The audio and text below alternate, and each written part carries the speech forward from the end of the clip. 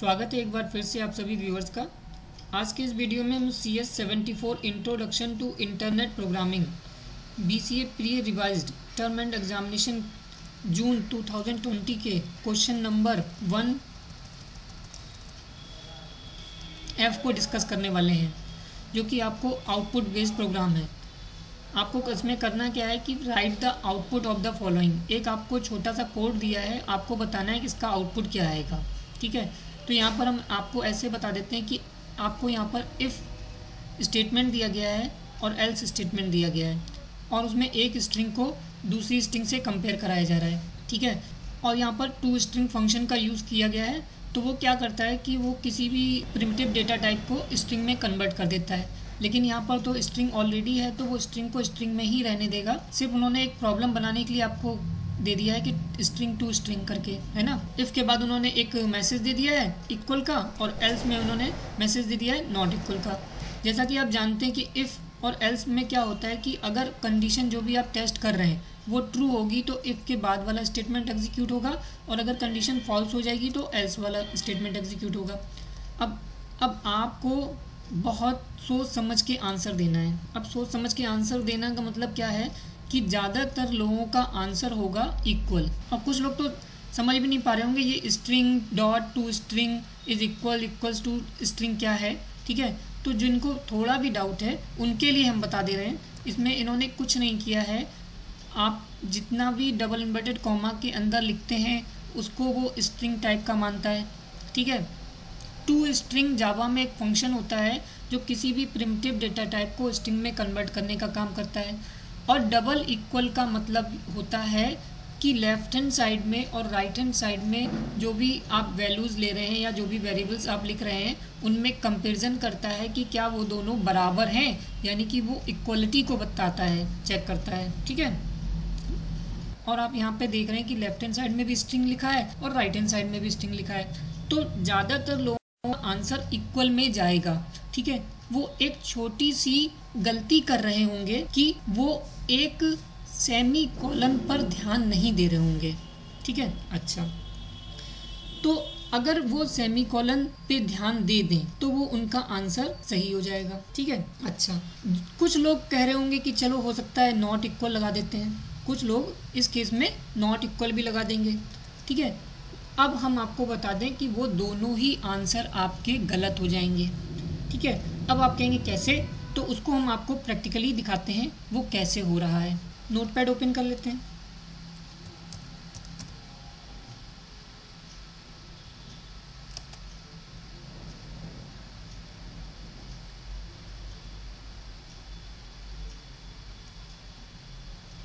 जैसा कि हम लोग जानते हैं कि कोई भी प्रोग्राम हम लोग जब लिखते हैं तो सबसे पहले एक क्लास डिक्लेयर करनी पड़ती है।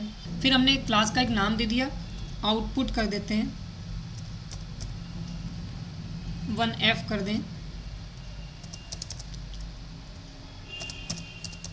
और यहाँ पर हमने इफ़ स्टेटमेंट लिख लिया, डबल इन्वर्टेड कॉमा के अंदर STRING स्ट्रिंग लिख लिया, डॉट टू स्ट्रिंग कर लिया।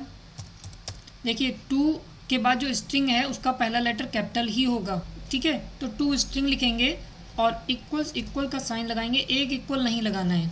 ठीक है, और फिर डबल इन्वर्टेड कॉमा के अंदर स्ट्रिंग, जैसा कि आपको क्वेश्चन में दिया गया है वैसा लिख लेंगे एज यूजुअल, वैसा लिख लेंगे एज इट इज़। ठीक है, अच्छा, फिर ये पैरेंथेसिस बंद कर देंगे।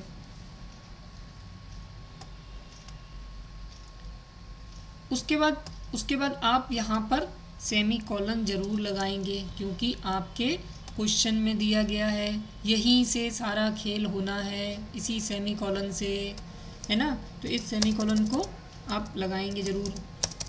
फिर यहाँ पर एज इट इज़ जैसा दिया गया है हम आपका स्टेटमेंट लिख देते हैं, system dot out dot print ln, और यहाँ पर हमने लिख दिया इक्वल। ठीक है, एज इट इज़, इसमें कोई दिक्कत नहीं है। और ब्रेसेस भी बंद कर देते हैं, और यहाँ पर हम एल्स भी लिख देते हैं। ठीक है, अच्छा, फिर सेम यहाँ पर यही कॉपी कर लेते हैं, नॉट इक्वल कर देंगे। और यहाँ पर हमने मैसेज में नॉट इक्वल कर दिया, ठीक है। और हमने ये यहाँ पर ये बंद कर दिया और देखिए यहाँ पर नॉट इक्वल दिया है तो ये नॉट इक्वल कर दिया।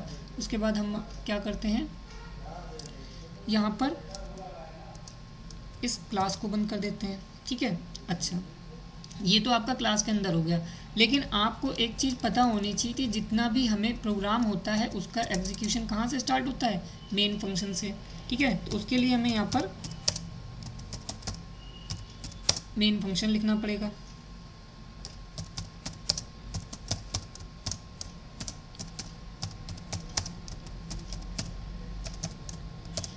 ठीक है। अब ये जितना भी पार्ट होगा वो सब मेन फंक्शन के अंदर हो जाएगा।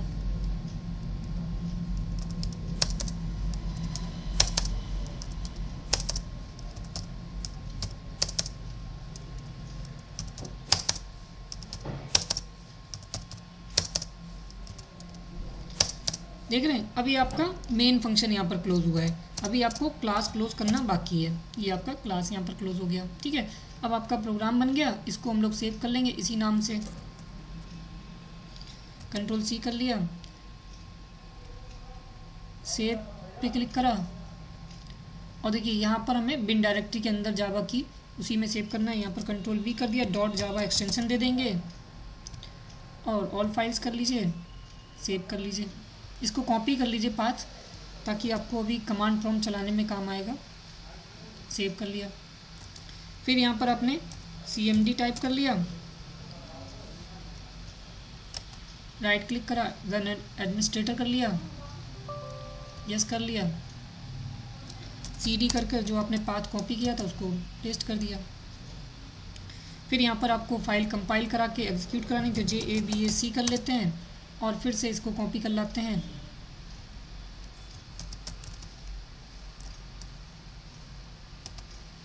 डॉट जावा लिख लेंगे, रन करा देंगे। तो देखिए आ गई एरर, आ गई एरर, ठीक है।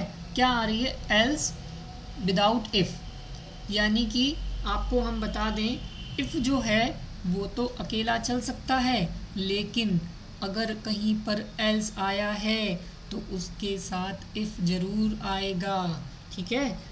और यहाँ पर क्या हो रहा है, यहाँ पर ये हो रहा है कि आपने जब इफ़ स्टेटमेंट लिखा और उसके बाद यहाँ पर लगा दिया सेमी कॉलन, ठीक है, तो इफ़ का स्कोप यहीं पर ख़त्म हो जाता है, ठीक है। ये स्टेटमेंट इसके लिए एरर का काम कर रहा है। जब इसका स्कोप ख़त्म हो जाता है तो होता क्या है कि एल्स को इफ़ के स्कोप के तुरंत बाद ही आना चाहिए, ठीक है। यानी कि अगर यहाँ पर ये स्टेटमेंट ना होता तब तो कोई दिक्कत नहीं थी, लेकिन अब क्योंकि ये स्टेटमेंट आ गया है और ये स्टेटमेंट दो स्टेटमेंट बन गए हैं, ठीक है, इसलिए यहाँ पर ये एरर जनरेट कर रहा है।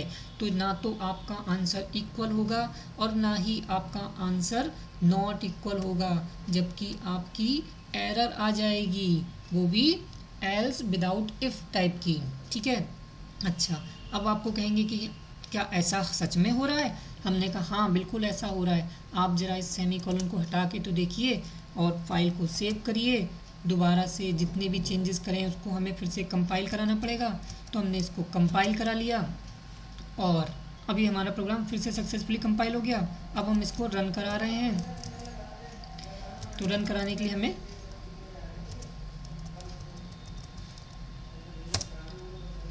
जावा इंटरप्रेटर का यूज़ करना पड़ेगा और डॉट जावा हटा देंगे, फाइल का नाम लिख देंगे, है ना, क्लास फाइल का। अब देखिए आ गया इक्वल, यानी कि प्रोग्राम बिल्कुल सही था, बस उसमें एक कमी थी जो उसने सेमीकोलन लगा दिया था, ठीक है।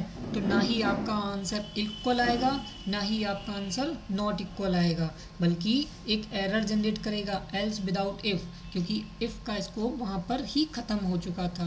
आई थिंक क्लियर हो गया होगा। अगर आपको कोई भी डाउट है तो हमें कमेंट बॉक्स में लिख सकते हैं। अगर आपको ये वीडियो अच्छा लगा हो तो इसे लाइक करें, शेयर करें, और अगर आपने हमारे चैनल को अभी तक सब्सक्राइब नहीं किया है तो इसको सब्सक्राइब करें, और हाँ, बेल आइकन पर क्लिक करना ना भूलें ताकि आपको नेक्स्ट वीडियो की नोटिफिकेशन सबसे पहले मिल सके। Thank you.